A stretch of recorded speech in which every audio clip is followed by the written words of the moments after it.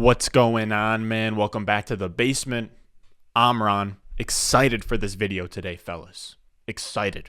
We have not made a Dynasty fantasy football video maybe since the summer. So we're shaking the cobwebs out. We're getting on here. We're fired up. It is finally the midway point of the season, which means that we're getting deeper into the season, which means that we're getting towards Dynasty fantasy football. I used to cover it a ton in the offseason. I covered like Dynasty, almost Dynasty only from maybe like combine area to like a month after the NFL draft. And don't worry, I see all the comments are like, man, you should really get into Dynasty fantasy football.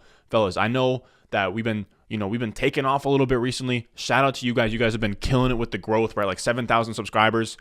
We were at like below 1,000 subscribers maybe in like June. During that time, from like June, from pretty much before hitting 1,000 subscribers, we were doing almost only Dynasty fantasy content. So trust me, fellas, we will be getting into Dynasty as soon as the offseason hits, and we're going to start implementing it more and more. We're going to do 2 Dynasty videos this week. Next week, we'll probably do 1. We'll start doing weekly, then 2 times a week, and then 3 times a week.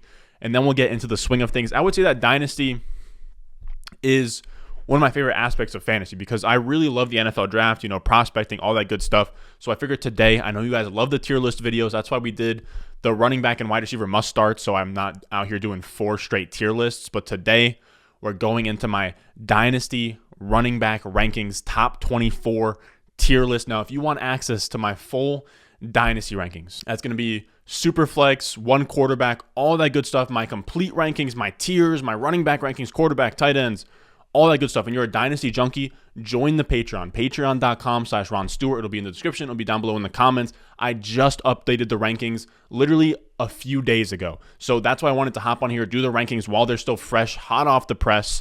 And on top of all the Dynasty rankings on the Patreon, you can get my weekly rankings for in-season stuff. If you have trades, we have like a trade channel in the Discord. We have so much stuff from seasonal to Dynasty to waiver wire, like ad type articles. I honestly give out too much value for $5 a month, but again, it's all on the Patreon. Now I'm going to stop rambling. We're going to get into these tiers. Let's go. Thirsty, trying to choose. I know I'm pretty cool. My nitty bag. Now we're going to start off these rankings with S tier. And you guys know how these rankings work. We have S tier, A tier, B, C, D, E, and it's kind of just a way of, categorizing each of these running backs where these are the way that I value these running backs in Dynasty. Also, just quick note for any of you guys out there that are new, like haven't played Dynasty before.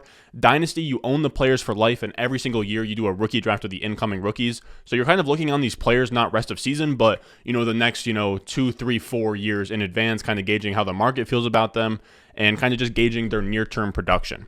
So at the top, RB1 in the Dynasty rankings, newly RB1. It used to be Christian McCaffrey, but now at the top on his throne is Jonathan Taylor. Stud. He was my RB1 in that class, just slight little flex, RB1 in that class. One of the freakiest, prospects, athletes I've ever seen. Now, if he was a first round pick, he would be up there with like a Saquon Barkley. He's like a tier below that, but Jonathan Taylor, 22 years old. He's the RB1 in all of fantasy right now if you take out Derrick Henry, which obviously he's hurt, whatever. So Jonathan Taylor is the RB1 in all of fantasy. He's only 22 years old. He runs a 4.39, has 2 of the fastest runs charted this season at 220 pounds. Like, the guy is a genuine freak. I personally think that Jonathan Taylor is the next, Adrian Peterson, LaDainian Tomlinson. Now, not throwing him to the Hall of Fame in his second year, but I do genuinely think that he is that next, premier running back in the NFL. He's producing in the near term, RB1 type numbers, and he's also going to preserve value in the long run, right? So in Dynasty, you want your assets to have, preserved value. When you have a veteran, their value is only like whatever points they're supplying to your team. But when you have a young running back like Jonathan Taylor, who's 22 years old, has all that insulated value, he is one of the safest assets you can have on your team, because he's going to hold that value for another 2, 3, 4, 5 years as a top 5 running back in all of Dynasty. And then our only other running back in S tier is DeAndre Swift. He's also 22 years old. Him and Jonathan Taylor are like, for any of you guys out there that watch like fucking like Naruto and shit, I honestly think, they're kind of like the Naruto and Sasuke. Like, they are they're the top 2 baddest in the game, because they're out here producing, top 5, top 7 numbers at running back while also being super young, up and coming. They are the top dudes in my opinion. So I have DeAndre Swift at RB2. He's 22 years old. And instead of being Jonathan Taylor, where Jonathan Taylor is more, Nick Chubb, he's more like Todd Gurley, Adrian Peterson, LaDainian Tomlinson. DeAndre Swift is more McCaffrey, Kamara, Le'Veon Bell, David Johnson, and that kind of mold where he can easily have like 100 catches in a given season at running back. He's currently leading the league at 22 years old in receiving expected points. So he is getting the most volume in terms of receptions. He is like that guy. He has already proved to us that he is a Kamara level receiver just based off that. He is the RB7 right now on a bad team and is on pace for 120 targets in year 2. This team's only going to get better. They could possibly get a quarterback in this year's draft. I honestly think that the Lions are one of those teams that can turn it around. And even if they don't, Adrian Peterson was never on like a great team for the Vikings. So I do like DeAndre Swift. He is also like Jonathan Taylor. Being such a young running back and producing like this, he's really insulated with his age. Which then brings us to A tier at RB3. We have Christian McCaffrey. And in this tier, it gets really hard to decide between, market value. So on Dynasty, you always want to have in the back of your mind, a player's like value on the market where you could trade them, right? And like I said, Jonathan Taylor, DeAndre Swift are really insulated because of their youth and being really young. But the problem with Christian McCaffrey is that as soon as the season ends, he's like buying a new car. You go trade for Christian McCaffrey, but as soon as the season ends and, pretty much you drive that car off the lot, his price is going to tank. People are already really hesitant about RBs because of how many have been getting hurt this year. I imagine no one really wants to have an aging running back outside of in season. You know what I mean? It only makes sense to take on that risky investment if you are competing for a championship.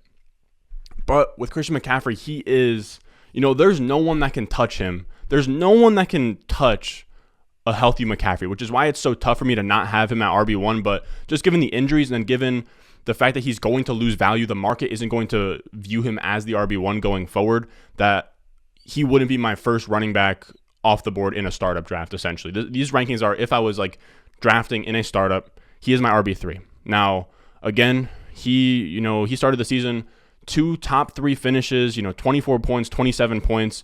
At full health, there's no one that can touch him. The problem is that now I want to say he's 25, 26. He's getting older. He's only played like 6 games in the last 2 seasons, so it's getting extremely tough to defend him in terms of the market. But me, I'm high on him in redraft leagues next year. If we did a redraft, league in 2022, and he's healthy going into the season, he's in the same exact situation. I love Jonathan Taylor. I love all those other guys. CMC will still be my 101 because of what he offers. There's no one else out there that gets the kind of volume that Christian McCaffrey does, that can, catch 100+ passes like Christian McCaffrey can do.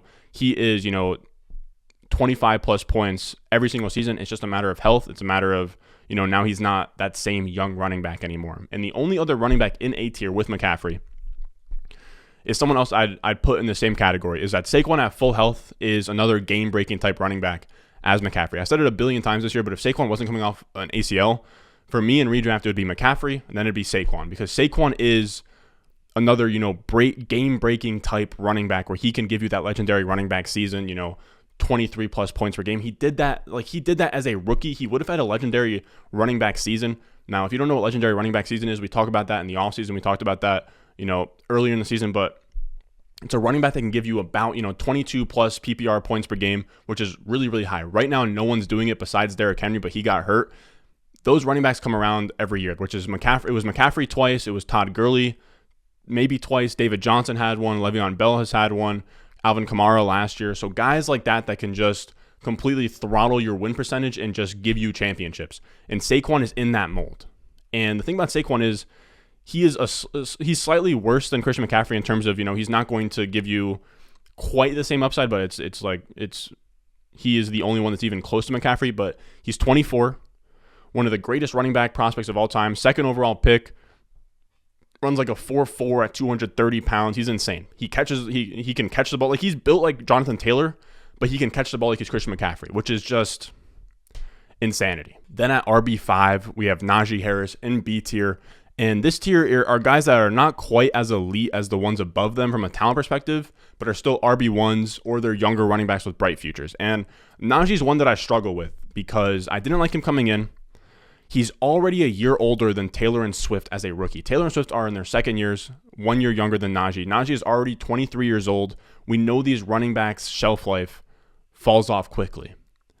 people like to flip-flop on running backs quickly. We saw, who can I think of that was like the top, even guys like Josh Jacobs in his second year was like super high up, and then he gets, yanked. And then I want to say Clyde EdwardsHelaire in his rookie year, super high up, disappoints, gets yanked. These running backs have really, really short leashes. Now, the problem with Najee is it's a paradox because I have talent concerns with him, right? Because he's first in expected points per game, but he's also like fourth in negative expected points per game. He underperforms his expected output by a pretty big margin. And as much as you want to blame that on the offensive line, Big Ben, stacked boxes, whatever, he isn't that like explosive. He doesn't rip off long runs. He doesn't, he kind of just compiles his stats. And like I said, I didn't love the talent coming out of Alabama, but the problem here is, when I have to wrap my head around this, is that when you demand the kind of volume, again, first in expected points per game is really impressive. He's getting more volume. He's expected to score more points. He's getting more volume. He's getting more rush attempts, right?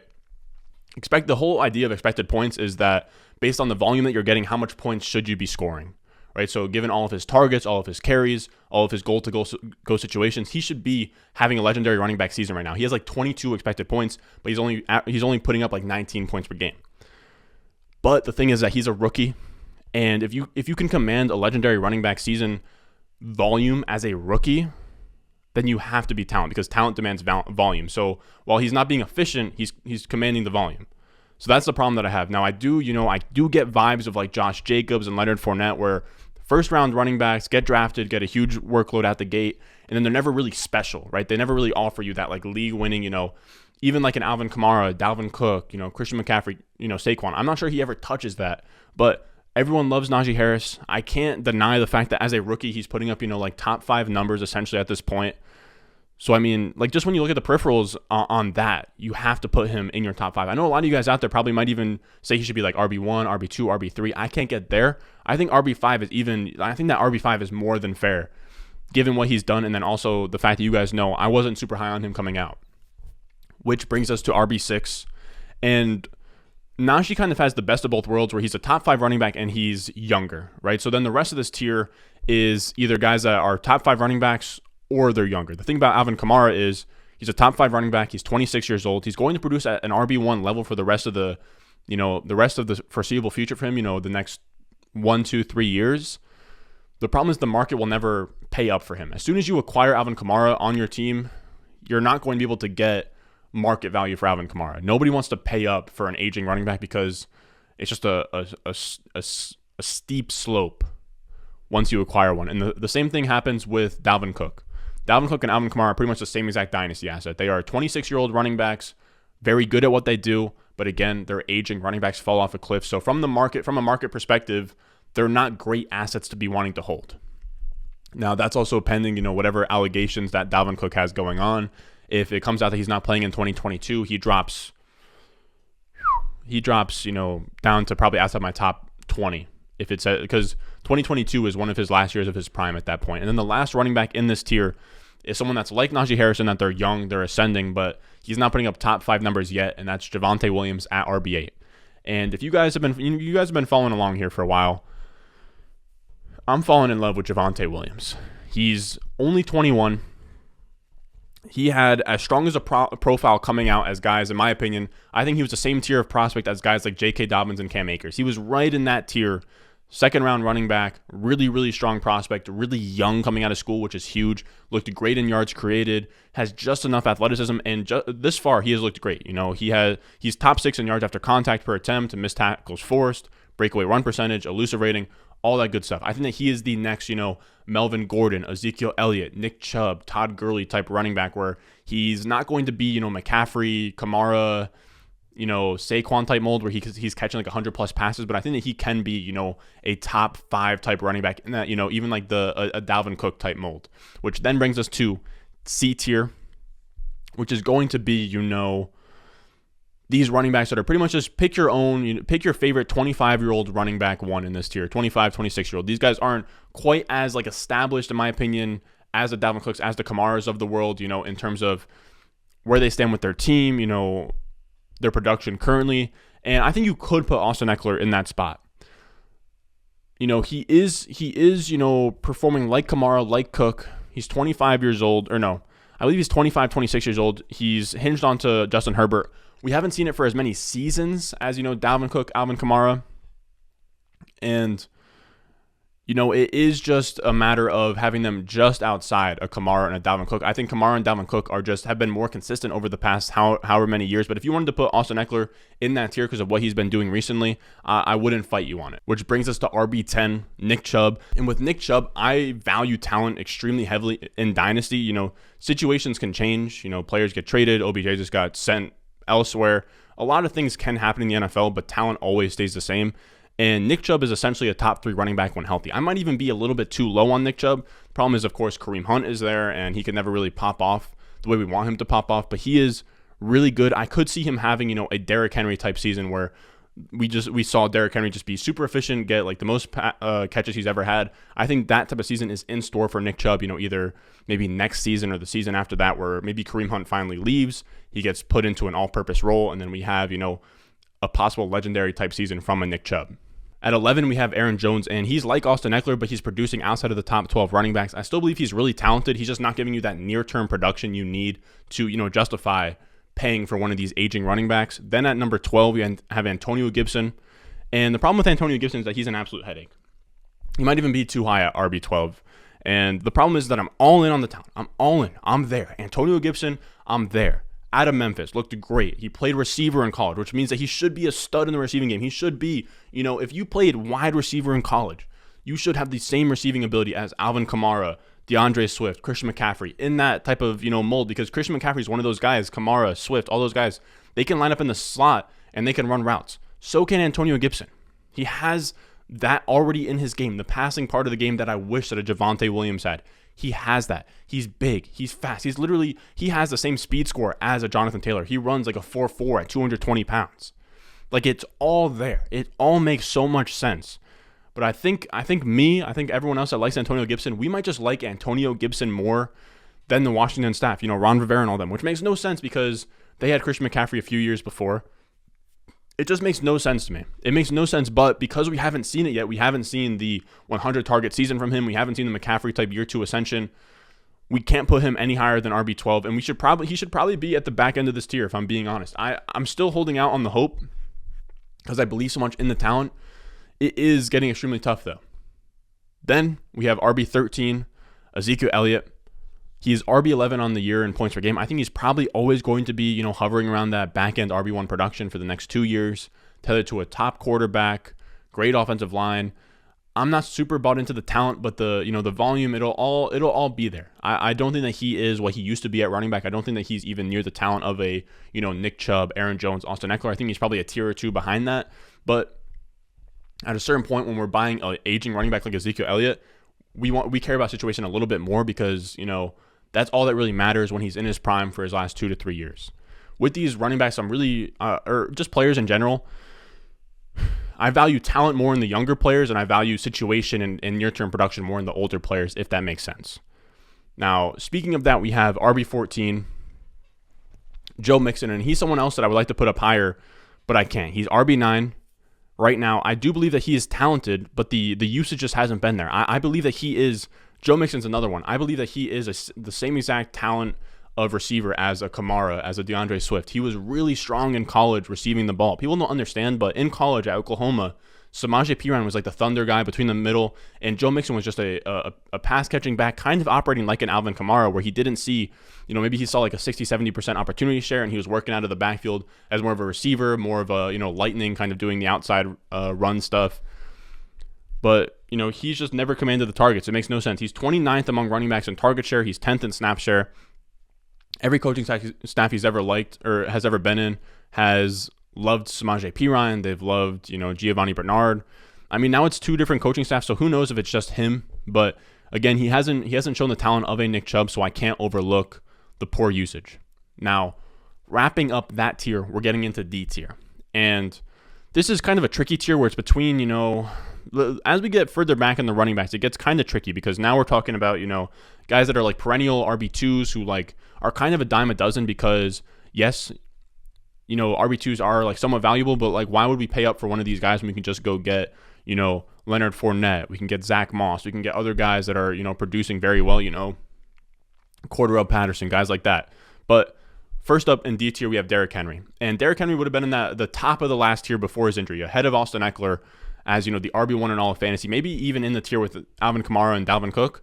The problem is that players in Dynasty, they have two different types of values. They have the market/future value, their perception in the market, and then they have, fantasy points, their production. And the problem is that he's old to the point where he doesn't have crazy market value where everyone wants to have him and he's this young asset. He's only giving you fantasy points and just benefiting your team. The problem is that if he's not playing, you're not getting either of those kinds of values. So now you have to wait probably till the playoffs. You're probably not contending if you have a Derrick Henry. And then next year, we're doing it again, but now he's like 28, 29 years old. It could be the beginning of the end. You have to start speculating about that kind of stuff. It just gets a little bit tough for me to trust Derrick Henry long term, so that's why he's at RB15 for me. Then next up at RB16, we have David Montgomery, and this is when kind of the decisions get weird because, I don't love the talent at all. I'm not sure that David Montgomery really does anything exceptionally well. I don't think that he's a great runner. I don't think he's a great pass catcher. He just gets enough volume to be a mid-range RB2. I think that's what he will be for the next few years. Now, I have a hard time gauging that as, the 16th best running back. There's no one else I can put ahead of him. That's where David Montgomery will be, but it just doesn't feel great having him there. Then our next running back at RB17 is J.K. Dobbins. Of Akers, Etienne, Dobbins, of the guys that are all hurt, I'm most bullish on Dobbins long term because, one, he tore his ACL. That's not the end of the world these days, and he has a full season to recover. He had a really strong first year. I think if he was healthy, he'd probably be in that Javonte Williams range as like my RB 8 or 9 in Dynasty. And I like him more than Akers because Akers had an Achilles. And I like him more than Etienne because Etienne didn't play his first season, which is really crucial. And speaking of somebody else that is hurt, we have Clyde EdwardsHelaire kicking off E tier. And this tier is probably the hardest one to rank out of all of them. It was insanely difficult. Clyde EdwardsHelaire headlines this one because the peripherals are decent. I just have a hard time buying into the talent. I don't think that Clyde EdwardsHelaire is a great running back. The problem is that he had a top 24 finish as a rookie. He's a first-round draft pick. I mean, again, I don't love him as a talent. I think that he's probably like a similar talent to like someone like Devin Singletary. But again, the draft capital is there. He's on the Chiefs. I don't think that he is awful, though. I think that he is, probably a decent running back. Again, first-round draft capital. At a certain point, you have to respect the first-round draft capital. I'm actually pretty optimistic to see what he can do for the rest of the season with the Chiefs. They've been struggling. I saw some splits earlier where with Clyde EdwardsHelaire, the Chiefs and Patrick Mahomes actually played better. And they are actually a team where they're like the Bills, where defenses are just letting them pass the ball. They're playing off, not stacking the box. And because they can't punish the light box, they can, only throw, they can do light boxes, come out there and nickel and defend the pass. And if you can't punish them in the run, then you're stuck. And I think that's what's been happening a lot for the Chiefs. So maybe Clyde EdwardsHelaire comes in there, helps them out in that regard. Then at number 19, we have Cam Akers, who, in my opinion, would be, if he didn't get hurt, a top 8 running back in Dynasty. He'd be in that same exact Darrell Henderson role as of right now. Now, the problem is that he tore his Achilles in the preseason. The thing that has me a little bit more optimistic is that tearing your Achilles isn't what it used to be. I'm actually starting to become a lot more optimistic. We had Keenan Wangwu. He tore his Achilles in college. He returned to kick 100 yards this Sunday. Marlon Mack hasn't looked bad. You have Kevin Durant in basketball who's been looking decent. So you have that going for him. And then Cam Akers just looks like he's built different. He's out here doing like agility drills, and like the warm-up videos are absolutely insane. If you watch any of his recovery videos, absolutely insane. The guy is an absolute soldier. He's out here like doing agility drills. They're saying that maybe he's going to suit up for a playoff run. I hope that he doesn't, but it's encouraging that he could, if that makes sense. He also is one of these guys, Cam Akers, Etienne, Dobbins, those three. I think you can get them now, and then they'll kind of accrue value as like people, as they come away from the injury, they come away from that stink of, I hope he said bless me, but they come away from that stink of, being hurt and never playing again and never seeing the field again. Once they start ramping things back up, they start ascending. And then as running backs get older and they fall out of the top 15, they start replacing those guys, which then brings us to RB20, James Robinson, who is a top 15 running back this year, has looked amazing in the games where Urban Meyer has just said, okay, let's hand the keys over to James Robinson. Let's pound the ball with our bell cow. The problem is that I just have a hard time trusting late round running backs, these like undrafted guys, because coaches just don't care. They don't care. We just saw James Robinson put up 1,000 yards. They say, nah, we're going to go out there, draft Travis Etienne with our first round pick. Phillip Lindsay has a great first year undrafted free agent. They say, nah, let's go sign Melvin Gordon, have him come in. So they don't really put respect on those players' names. And now we likely have a third different coaching regime. These coaching staffs, they don't really see what just happened. So James Robinson can rush for another 1,000-yard season. New staff could come in, bring in a free agent running back, draft a running back. They already have Etienne, breathing down his neck. So there's a lot of situational factors going against James Robinson. Then we have somebody in the opposite spectrum of James Robinson. We have Josh Jacobs, RB21. And instead of being this really talented running back with no draft capital, he's like a meh running back with first-round draft capital on a team that invested in him. And he's similar to David Montgomery in that he's just a nice mid-range RB2 pretty much until the end of time. Then we have another running back from that draft class, Miles Sanders at RB22. And I actually think Miles Sanders is more talented than Josh Jacobs and David Montgomery. Just that his usage has been awful. They have a new coaching staff in Philly. I'm not sure they're ever going to, use him the way that the previous regime wanted to. I do know that the GM and all that are still there, but I don't think he'll ever get that crazy workload. But I do think that if he got, 15 touches a game, it makes no sense because the Eagles, they didn't run the ball at all in the beginning of the season. Sanders gets hurt, and they decide, okay, we're going to ground and pound, which makes no sense at all. But if he could come back healthy, get the workload that like Boston Scott and Jordan Howard and all of them have been seeing, I think that he would be, a high-end RB2. He has shown us nothing but, being pretty efficient and that he's a solid running back when healthy.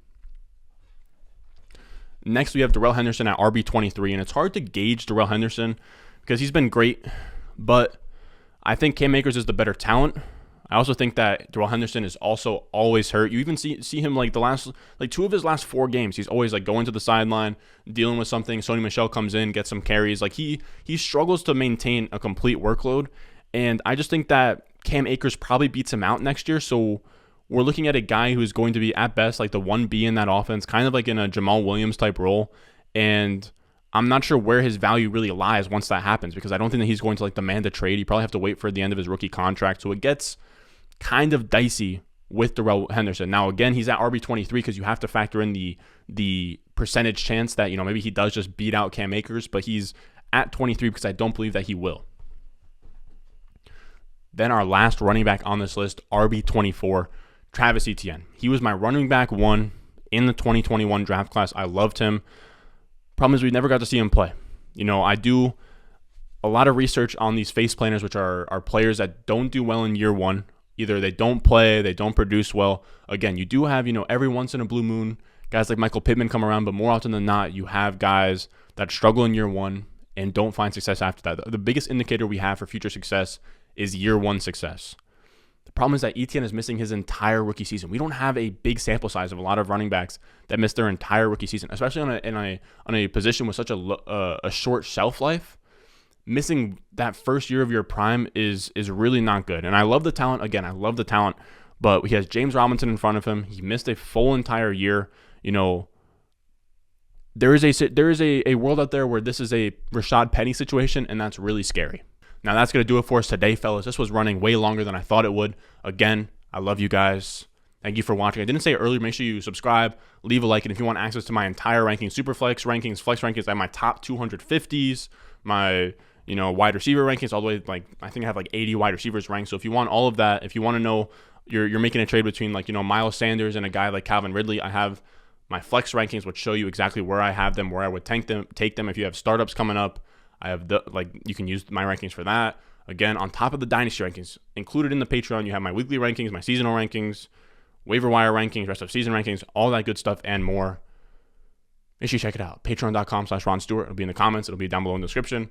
Love you guys. I'll see you in the next one. I got the juice. I got the juice. Channel, Chatham's on. Foolies glad I'm home. Even my haters kinda glad I'm on. Rest in peace to my vagabond. Rapper, song, singer, suspended, subpoena from Mr. Me.